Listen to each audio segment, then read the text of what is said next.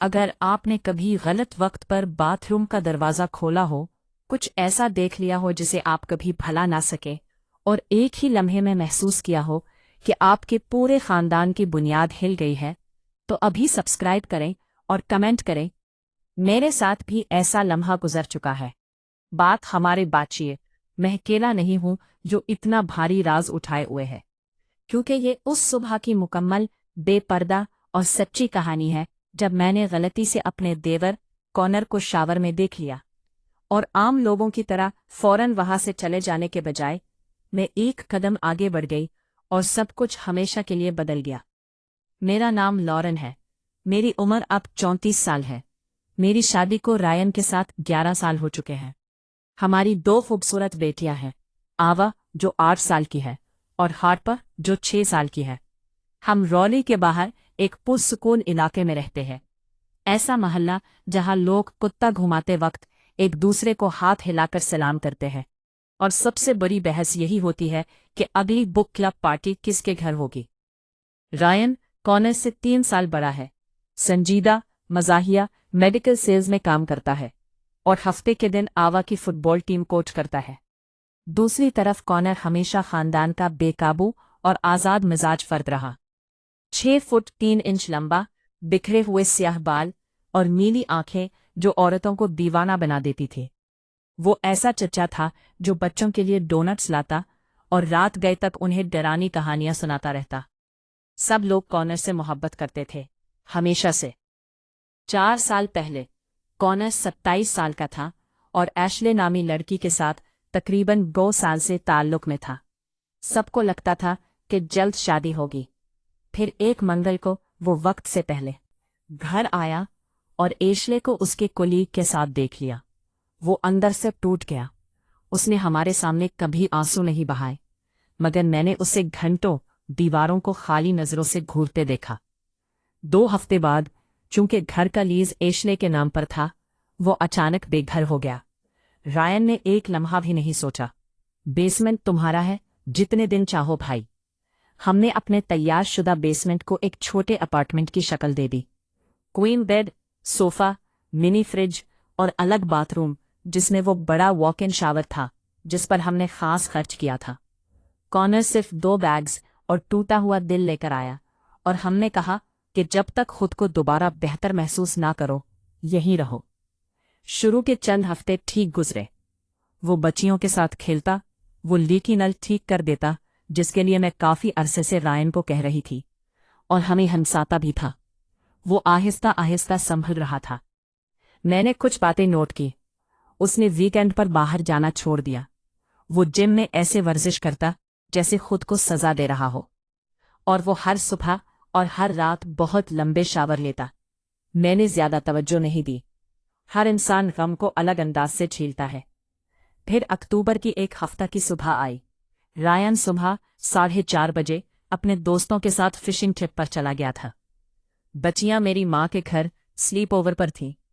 मैं तकरीबन 9 बजे जागी, जो मेरे लिए किसी नेमत से कम नहीं था। मैं अपनी ढीली यूनिवर्सिटी वाली टी शर्ट और नर्म मोज़ों में नीचे आई, काफ़ी बनाई और फौरन आधी काफ़ी अपने कपड़ों पर गिरा दी, क्योंकि मैं हमेशा की तरह लापरवाह थी। तेजी से फैल रहा था और मेरा ऊपर जाने का दिल नहीं था, तो मैंने सोचा कि बेसमेंट के सिंक में ही जल्दी से धो लूं। कॉर्नर के कमरे का दरवाज़ा बंद था। बाथरूम का दरवाज़ा तकरीबन 6 इंच खुला हुआ था। अंदर से भाप ऐसे निकल रही थी जैसे धुंध। हल्की मौसीकी चल रही थी, शायद कोई एड शेरन का गाना। मैंने समझा वो अभी भी बेडरूम में होगा। मैंने बगैर दस्तक दिए दरवाज़ा खोल दिया, और वो वहां था, शावर के नीचे खड़ा, आंखें बंद, सर पीछे झुका हुआ। पानी उसके जिस्म पर बह रहा था। मुझे सिर्फ 3 सेकंड मिले, इससे पहले कि उसे एहसास हो जाता कि कोई वहां मौजूद है। उन 3 सेकंड्स में मेरा दिमाग जैसे सन हो गया। मैंने उसे 1000 बार स्विमिंग शॉट्स में देखा था, मगर इस तरह कभी नहीं। और उसके चेहरे पर सिर्फ जिस्मानी एहसास नहीं था, वहां गहरी तन्हाई थी। ऐसी तन्हाई जो देखकर दिल दुखने लगे, जैसे वो सिर्फ एक खता हफ्ते नहीं, बल्कि पूरी टूटी हुई जिंदगी को धोने की कोशिश कर रहा हो। मुझे फौरन वापस चले जाना चाहिए था।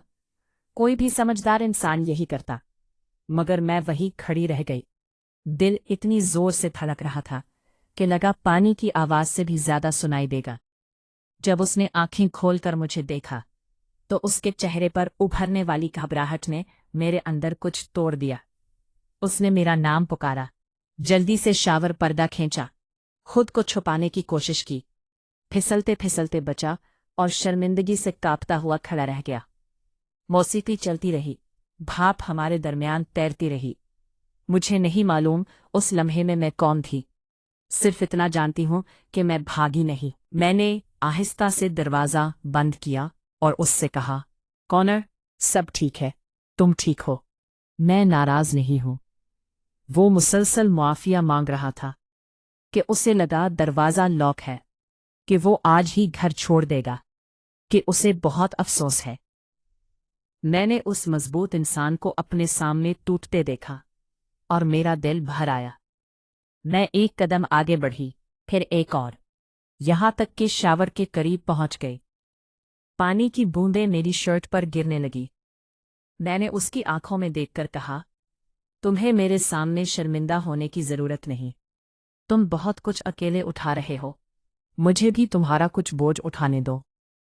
वो बस मुझे देखता रहा, हैरान, खामोश। मैंने नरमी से दोबारा पूछा, क्या तुम चाहते हो कि मैं तुम्हारी मदद करूं? वो लम्हा भाप में मुअल्लक रहा। उसने हाँ नहीं कहा, ना ही इनकार किया, बस खामोशी से पर्दा छोड़ दिया। और शायद वही उसका जवाब था। हम दोनों जानते थे कि उस सुबह के बाद सब कुछ बदल चुका है। वक्त गुजरता गया। हमने आम जिंदगी जीने की अदाकारी की। फैमिली डिनर, सालगिरह, क्रिसमस, सब कुछ बज़ाहिर वैसा ही था, मगर हमारे दरमियान एक खामोश राज जिंदा था। 4 साल गुजर चुके हैं। रियान और मैं अब भी साथ हैं। कॉनर अब एमिली नामी एक अच्छी लड़की से मंगनी कर चुका है और वो अपने पहले बच्चे का इंतजार कर रहे हैं। खानदान पहले से ज्यादा खुश और मुकम्मल दिखाई देता है। किसी को कभी कुछ मालूम नहीं हुआ, लेकिन कभी कभी किसी खानदानी तकरीब में मेरी और कॉनर की नजरें मिलती है और एक लम्हे के लिए वो पुराना राज फिर से जिंदा हो जाता है। मैंने बरसों खुद से एक ही सवाल पूछा है, जो मैंने किया, क्या वो हमदर्दी थी या धोखा? शायद दोनों, शायद कोई भी नहीं। शायद वो सिर्फ एक इंसानी लम्हा था, कमजोर, उलझा हुआ और गलत जगह पर पैदा होने वाली मोहब्बत से भरा हुआ। कुछ राज खानदानों को तबाह नहीं करते, कुछ राज बस खामोशी से दिल के किसी कोने में जिंदा रहते हैं। अगर आप भी कोई ऐसा राज उठाए हुए हैं जिसकी वजह से आप खुद को नाकाबिले माफी समझते हैं, तो मेरी बात याद रखें, आप अब भी मोहब्बत के काबिल हैं। आप अब भी अच्छाई चुन सकते हैं, चाहे दुनिया उसे गलत समझे। और आप अब भी उस जिंदगी के हकदार हैं जो आपके पास है। मेरी बात सुनने का शुक्रिया।